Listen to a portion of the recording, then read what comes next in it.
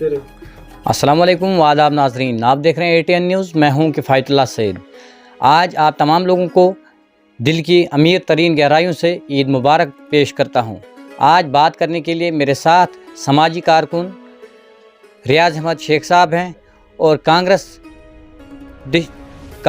کے district president internet میرے ساتھ ہے اس وقت۔ ان کے ساتھ میں بات کروں گا آخرکار کیا اس عید کے اوپر کیا پیغام ان کا رہے گا اپنے سماج کے لیے، اپنے لوگوں کے لیے۔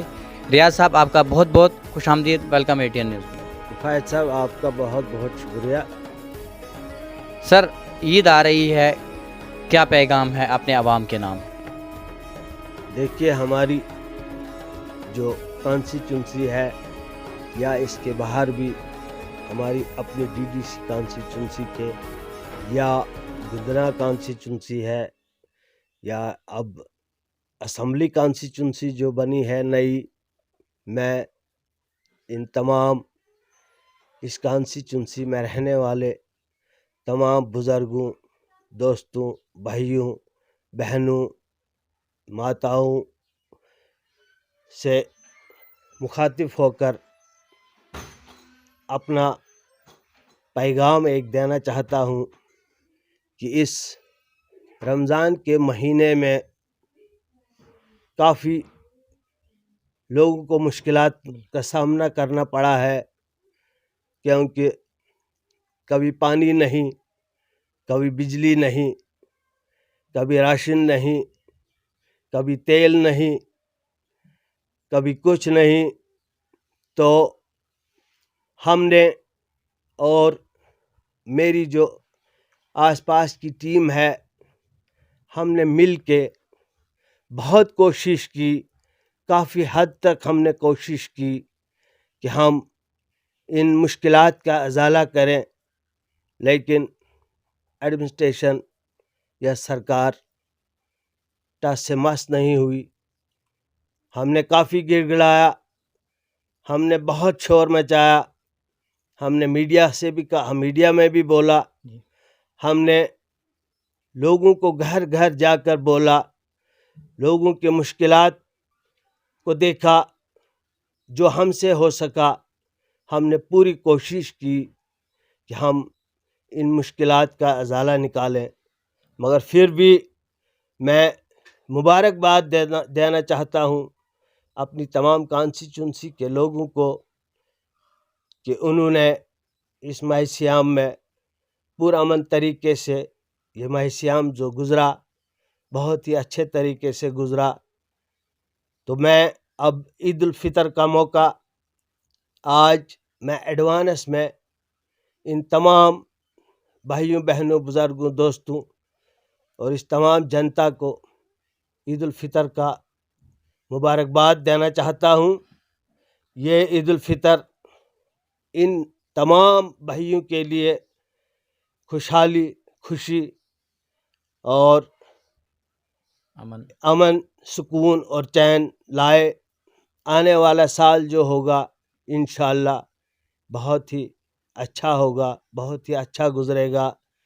تو میں ان تمام اپنے ورکران کو بھی مبارکباد دینا چاہتا ہوں، ان کے پریواروں کو مبارکباد دینا چاہتا ہوں، جنہوں نے اپنا قیمتی سمے بغیر کسی لیت و لال، بغیر کسی لالچ کے میرے ساتھ گزارا، میرے ساتھ دیا یا دے رہے ہیں۔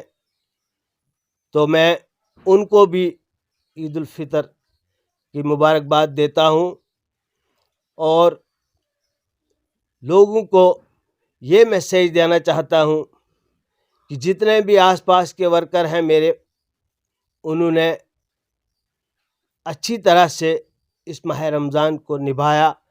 جتنے بھی لوگ آئے ان کو کسی نہ کسی طرح پہنچنے کی کوشش کی، ان کے مشکلات کو حل کرنے کی کوشش کی، ان کی پرابلمز کو ختم کرنے کی کوشش کی۔ لیکن پوری تو آپ جانتے ہیں، پورا تو نہیں ہو سکتا ہے، لیکن جتنا ہم سے ہو سکا ہم نے کیا۔ ریاض صاحب، جیسے کہ ہم نے آپ تمام لوگوں کو جو ہے ریاض صاحب نے عید مبارک پیش کیا، ریاض صاحب آپ سے کچھ ضروری سوال ہوں گے۔ ابھی آپ کے جو ہے لگ بھگ تیسرا سال چل رہا ہے، آپ کی اس دوسرا سال چل رہا ہے آپ کے ٹینیور کا، تو لوگ کہہ رہے ہیں کہ ترقی نہیں ہو پا رہی ہے، اس کا کیا کارن رہ رہا ہے اس وقت؟ کیا کارن ہے ترقی نہیں ہو پا رہی ہے؟ دیکھیے کام ہو رہے ہیں، دیکھیے میں آپ کو کن راستوں سے یہ کام آ رہے ہیں؟ میں آپ کو بولتا ہوں، کام تو ہو رہے ہیں۔ اب جتنی امیدیں لوگوں نے ہمارے ساتھ باندھ کے رکھی تھی، یا ہمیں خود جتنی بھی امیدیں تھی، یہ سرکار جو 3 ٹائر سسٹم بنا رہی ہے، پتہ نہیں اس میں ہمیں کہاں سے کہاں یہ لے جائیں گے، ہمیں کیا کیا ملے گا، لیکن ایسا کچھ نہیں ہوا۔ یہ 3 ٹائر سسٹم جو بنا، یہ صرف ایک ڈھانچہ انہوں نے دنیا کو دکھانے کے لیے کیا۔ جموں کشمیر میں 3 ٹائر سسٹم لاگو ہوا، سرپنچ بنے، پنچ بنے، بی ڈی سیز بنے، ڈی ڈی سیز بنے، لیکن کام جو ہو رہا ہے وہ پھر بھی یہاں کے بیوروکریٹ کر رہے ہیں، یہاں کی ایڈمنسٹریشن کر رہی ہے، یہاں کے بڑے بڑے ملازم کر رہے ہیں، یہاں کے بڑے بڑے جتنے بھی عہدیدار ہیں ان سے پوچھ کے کیا جا رہا ہے۔ تو اس 3 ٹائر سسٹم کا مجھے نہیں لگا کہ لوگوں کو اتنا لابھ ملا جتنا لوگوں کو ملنا چاہیے تھا۔ لیکن جو میں اپنی بات کروں گا، سرپنچ بھی میں لور آرنوڑا سے میری مدر ہے، تو ڈی ڈی سی میری مسز ہے۔ ڈی ڈی سی میں ہمیں پچھلے سال 70 لاکھ دیا، حساب میرے پاس سارا بنا ہوا ہے، وہ میں پائی کا حساب دے سکتا ہوں۔